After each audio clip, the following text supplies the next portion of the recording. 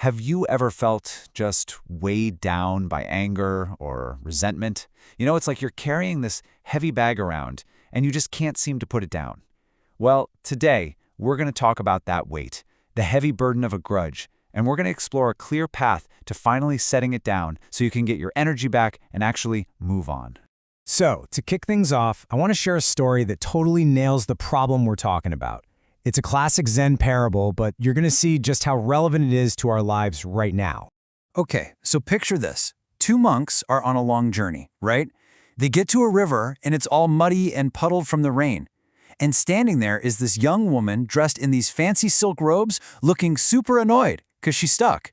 Then the older monk, without saying a single word, just walks over, scoops her up, wades right through the muddy water, and gently sets her down on the other side. Just a simple act of kindness. But here's where it gets interesting. What does the woman do? Nothing. Not a thank you, not even a nod. She literally shoves him out of the way and just storms off. So the two monks keep walking, but you can just feel the younger monk fuming, right? He's just stewing in this injustice. And after hours of this, he just can't hold it in anymore. He explodes. That woman was so awful. Why in the world did you help someone so ungrateful? And wow, this is where the lesson really hits home. The older monk just looks at him, totally calm, and says, "I set the woman down hours ago. Why are you still carrying her?" You see, the older monk physically carried her for maybe a minute, but the younger monk had been mentally carrying her and all that anger for hours. So that question, that's really the heart of what we're talking about today. It's a great metaphor, but it turns out that carrying a grudge isn't just in your head. It has real, measurable, physical effects on your body. And what's wild is what happens when scientists actually measure this stuff. Check this out. Studies in the journal Psychological Science show that when you focus on unforgiving thoughts, your body flips out, like it's under attack. I mean, you can see it right here in the data. The stress levels just shoot way up. Let's break that down a bit. We're talking about a whole chain reaction here. Your heart starts pounding, your blood pressure spikes, stress hormones like cortisol start flooding your system, your muscles get all tense. And get this, over time, it can even tank your immune system. You are literally paying a physical price for holding on to that anger. There's actually a scientific name for this. It's called allostatic load. The easiest way to think about it is like the long-term wear and tear on your body's engine from being stuck in a low-grade state of emergency. Holding a grudge keeps that engine running hot all the time, and that slowly damages you from the inside out. Okay, so the physical damage is pretty clear. Letting go is obviously good for us, but this is where so many of us get tripped up, because the word forgiveness itself, well, it comes with a lot of baggage. So let's get really clear on what we're actually talking about here. This slide is so important. Forgiveness is not about forgetting what happened. It is not about saying what they did was okay. And it doesn't even mean you have to be friends with the person again. No. What it is an act of self-preservation. It's about you protecting yourself from that toxic anger, you reclaiming your own energy, and you giving a gift to yourself. And some really interesting research from Harvard actually breaks it down into two types.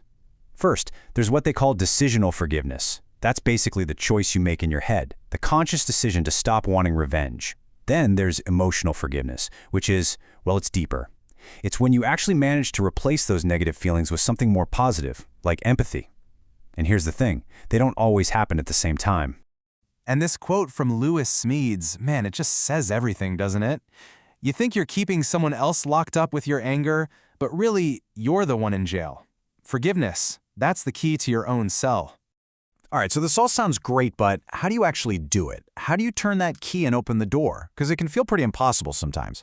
Well, the good news is there's a well-researched, practical roadmap that anyone can follow. It's called the Reach Forgiveness Model, and it's an acronym for 5 clear steps. R is for recall, E is for empathize, A is for altruistic gift, C is for commit, and H is for hold on. Let's walk through it. Okay, first, you recall the hurt. And this isn't about wallowing in it, it's about looking at what happened as objectively as you can, just the facts. Then, and this is maybe the hardest step, you try to empathize. Now, let me be clear, this does not mean you excuse what they did. It's just a mental exercise to try and imagine their point of view. Were they scared, insecure, what was driving them?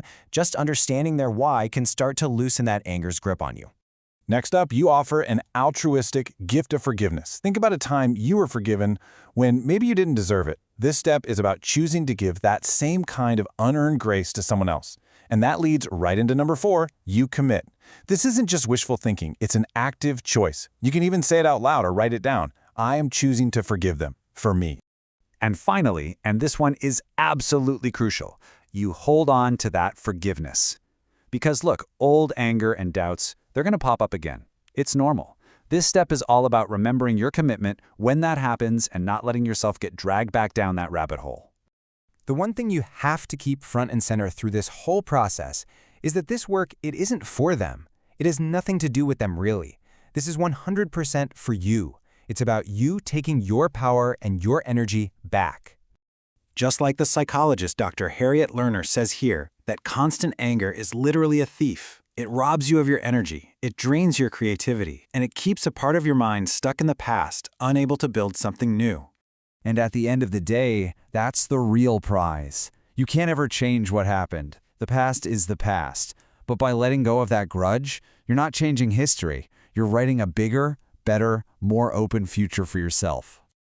Just think about that. All that energy you're spending replaying old wounds, thinking about what they said, what they did, that's energy you could be using for something else. When you let go, you get to reclaim 100% of that potential for yourself. Which brings us right back to that monk's question, doesn't it? He set the woman down by the river and walked away. So the question for you is, what are you still carrying? What heavy thing are you finally ready to set down?